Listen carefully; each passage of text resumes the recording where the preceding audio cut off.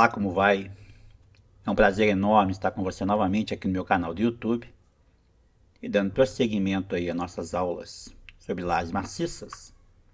A ideia hoje é falar um pouquinho sobre a resistência à força cortante. Não é um assunto muito explorado, né? Principalmente aí na área da graduação, né? Porque lajes maciças normalmente não tem muito problema com força cortante. Mas vamos ver aqui um exemplo, né, em que você pode ter que fazer uma verificação aí com relação ao cortante. Só que antes, como sempre, né, eu te convido a dar uma passadinha lá no clubedaestrutura.com.br. Quem sabe você não anima e faz aí a assinatura anual com a gente. O portal tem mais de 16 cursos de engenharia de estruturas. Com certeza você vai aprender muita coisa nova lá, coisa que você não viu na graduação e que vai ser muito útil aí na sua vida profissional, caso você tenha interesse em trabalhar com projetos de estrutura. A plataforma funciona como um canal de streaming. Você assina por um ano e assiste às aulas quantas vezes quiser durante o período aí da sua assinatura, tá ok? Tenho certeza que você não vai se arrepender. Bom, de volta aqui no nosso business. A questão da força cortante em lajes, né, ela é muito pouco abordada, como já disse aí no início do vídeo, porque as lajes, as placas em si, elas costumam ter uma resistência muito grande à força cortante. Mas vamos imaginar aqui uma situação em que eu tenho que colocar, por exemplo, uma parede. Tem lá uma laje, preciso colocar uma parede apoiada diretamente sobre a laje, em regiões aí muito próximas do apoio. Obviamente eu vou ter uma carga muito grande concentrada naquele ponto e uma reação que é a força cortante. E se a minha laje não tiver capacidade resistente para essa força cortante, ela pode romper por cisalhamento. E nós sabemos que ruptura por cisalhamento é uma ruptura frágil. E ela nunca deve ser o primeiro modo de ruptura de uma estrutura. Nem em concreto, nem em aço, nem em madeira, nada. Nenhum tipo de estrutura deve romper por cisalhamento. O primeiro modo de ruptura não pode ser o cisalhamento, porque a ruptura tem que ser dúctil. E a ruptura por cisalhamento é uma ruptura frágil, uma ruptura sem aviso, e ela deve ser evitada.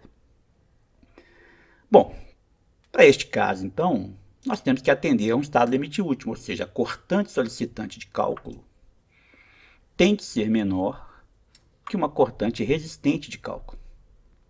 E essa força cortante resistente não deve levar em consideração a armadura transversal, porque eu não vou colocar estribos numa placa dessa aqui. Quando a gente tem uma carga concentrada muito forte em uma placa de concreto, você calcula ali os estribos, né, que na verdade são pinos de cisalhamento, que são armaduras de punção, é um caso diferente. Mas nesse caso nosso aqui, em que eu vou colocar uma parede e tal, eu não vou colocar armadura de cisalhamento, não vou colocar estribos na minha laje. Então eu não posso levar em consideração o estribo, então eu vou ter que resolver o problema sem armadura transversal. Para isso eu vou usar essa equação clássica aqui, ó, em que minha força cortante resistente de cálculo é uma tensão de cisalhamento resistente de cálculo, que multiplica o BW vezes o D da laje. O BW vai ser sempre uma faixa de 1 metro, e o D é a altura útil da laje. Equação que, se você voltar nas minhas aulas de cisalhamento, ela é deduzida nas aulas de cisalhamento de vigas. No caso da laje, nós vamos trabalhar com a tensão, né, o tal RD, dado por essa expressão aqui, ó, bastante conservadora, né, que a NBR 6118 traz para nós, que é 25% do FCTK inferior, dividido por 1,4. Lembrando que o FCTK inferior, que é aquela tensão resistente, né, a tração do concreto, tensão mínima, ela é 0,21 FCK 2/3. Então já é um valor também muito pequeno. Eu ainda vou pegar 25% apenas desse valor, ainda vou dividir por 1,4. Então é bastante conservador aí o tal RD.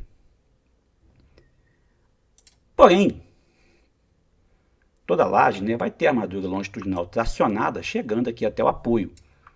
Será que eu posso levar em consideração essa armadura longitudinal? Vamos ampliar esse pedacinho aqui, ó. O que eu vou enxergar aqui? Eu vou enxergar aqui a barra submetida ao esforço cortante e ela vai ter uma resistência a essa cortante. Ela vai dificultar o corte. E esse efeito é conhecido como efeito de pino da barra longitudinal. E já que eu tenho esse efeito favorável, eu vou aproveitar no meu dimensionamento, na minha verificação da resistência da seção de uma laje. Vamos dar uma olhadinha aqui no gráfico que eu peguei no livro do professor Fusco, o livro dele Solicitações Tangenciais. É uma pesquisa desse pessoal aqui, ó, Hedman e Losberg, na década de 70, início dos anos 80, em que eles ensaiaram várias vigas, várias seções de concreto, sem armadura desse detalhamento, com armadura somente longitudinal. O que esse gráfico mostra para a gente? Ele mostra a influência da taxa de armadura na resistência ao cisalhamento. Em função de quem? Da altura do meu D. A altura do D em metros. Ó. 10 centímetros, 20 centímetros, 30, 60, 1,5 m.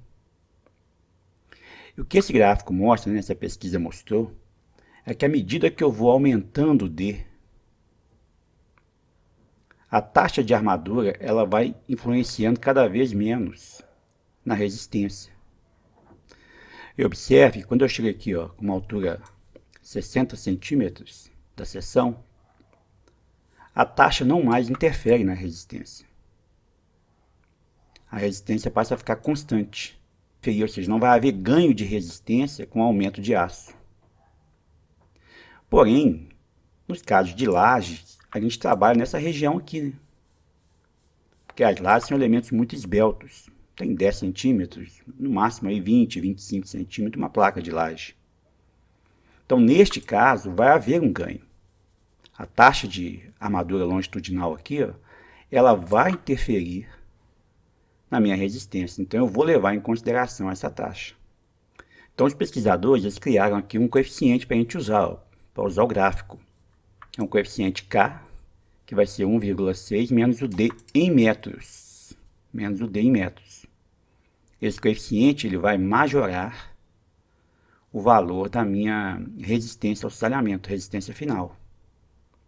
Se a gente pegar aqui uma tabelinha, observe que à medida que eu vou aumentando o D, o valor de K vai reduzindo. Essa função aqui, aqui é o gráfico, né? Vai reduzindo.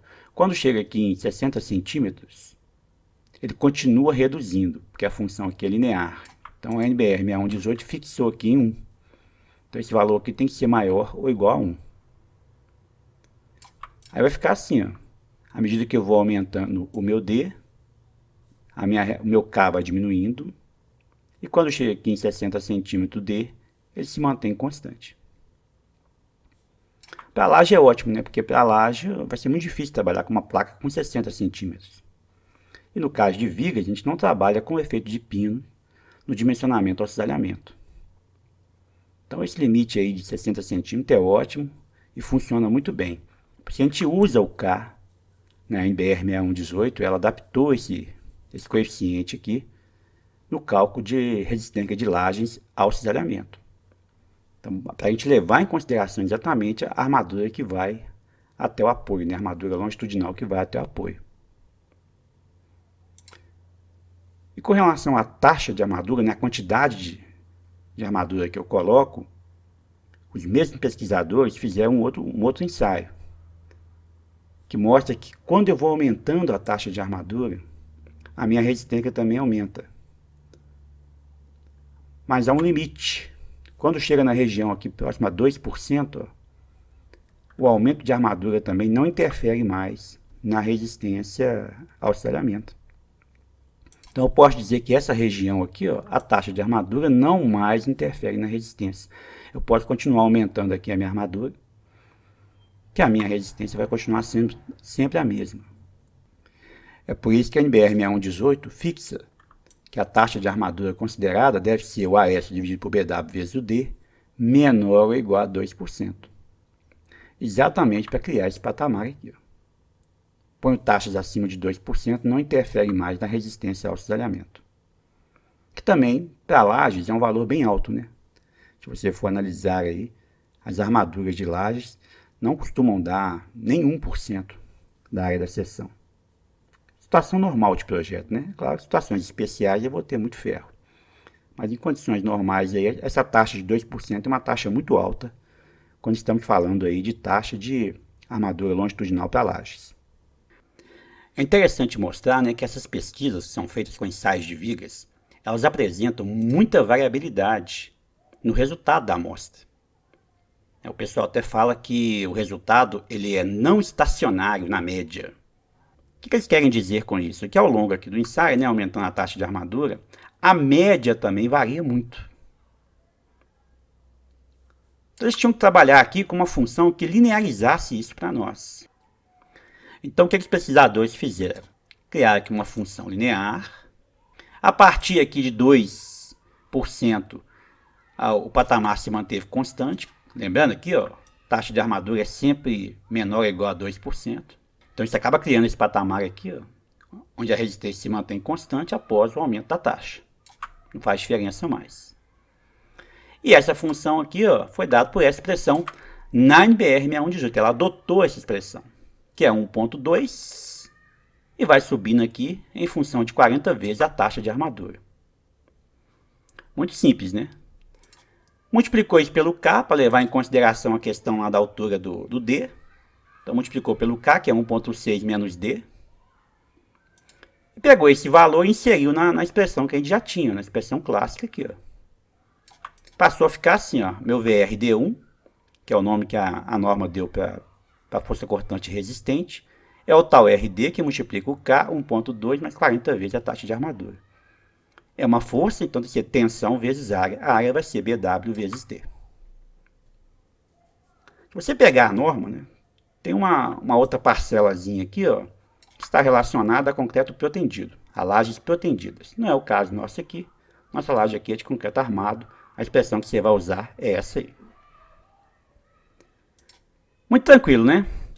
Vamos fazer então um exemplo prático aqui, ó. Vamos pegar aquele exemplo da aula passada, da laje em balanço, e vamos verificar se aquela laje suportaria uma parede de alvenaria aqui, ó, a 50 centímetros do apoio. Vamos imaginar que depois que já estava pronto, o projeto resolvido, aí o cliente quer colocar uma parede aqui, ó. Ele quer aumentar a sala aqui em cima, colocar uma parede aqui, ó. Uma parede de 2,80 metros de altura, com a espessura de 15 centímetros, com a mesma massa específica do parapeito aqui, ó, que nós usamos na aula passada. Quem não assistiu a aula, é interessante voltar e assistir a aula da laje em balanço.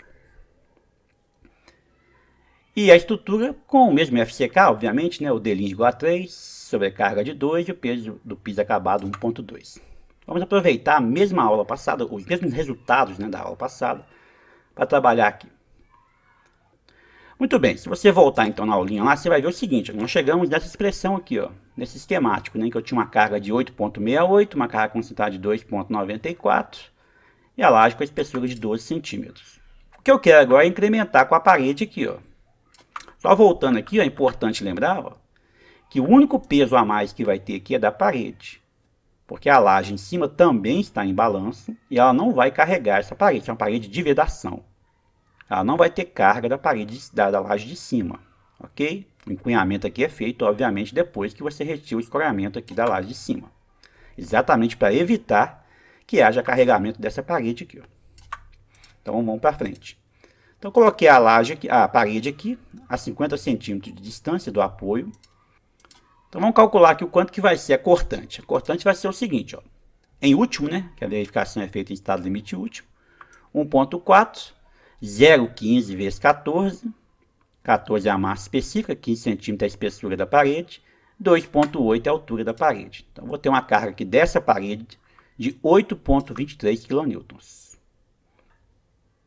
Para calcular realmente a cortante que eu tenho aqui, ó, eu vou ter que somar com a cortante também dessa parte, né, dessa parte aqui, e essa aqui, ó. Então, a minha cortante de cálculo vai ser 8,68 vezes 1,5, parcela da carga distribuída, mais 2,94, que é o valor da carga concentrada na ponta aqui, ó, mais o 8,23 que eu acabei de calcular ali, ó. Encontrei, então, a força cortante de 24,2 em estado limite último.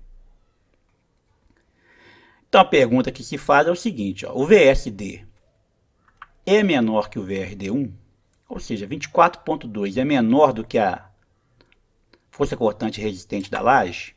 Vamos calcular aqui, ó. Primeira coisa é ver a taxa de armadura. Então, se a gente voltar na aulinha passada, a taxa de armadura tracionada para essa laje aqui, ó, era essa aqui, ó. 8 diâmetros, diâmetro de 8 com 9. Diâmetro de 8 com 9 vai dar aproximadamente 11 barras, né, na faixa de 1 metro. 11,1, né? Multiplicado pela área de uma barra, de 8, que é 0,502, dividido pela seção, 100 vezes 9, né, que é o BW vezes o D aqui, ó. Nosso D' é 3 centímetros. Eu encontrei uma taxa de 0,62%. Como eu disse, sempre é muito baixa, né? Taxa de armadura de laje sempre é um valor baixo. E aqui é uma armadura pesada. Diâmetro de 8 com 9 já é uma armadura pesada para a laje. Muito bem. Depois da taxa de armadura, eu vou usar então a expressão aqui, ó, do VRD1. A minha taxa é 0,62.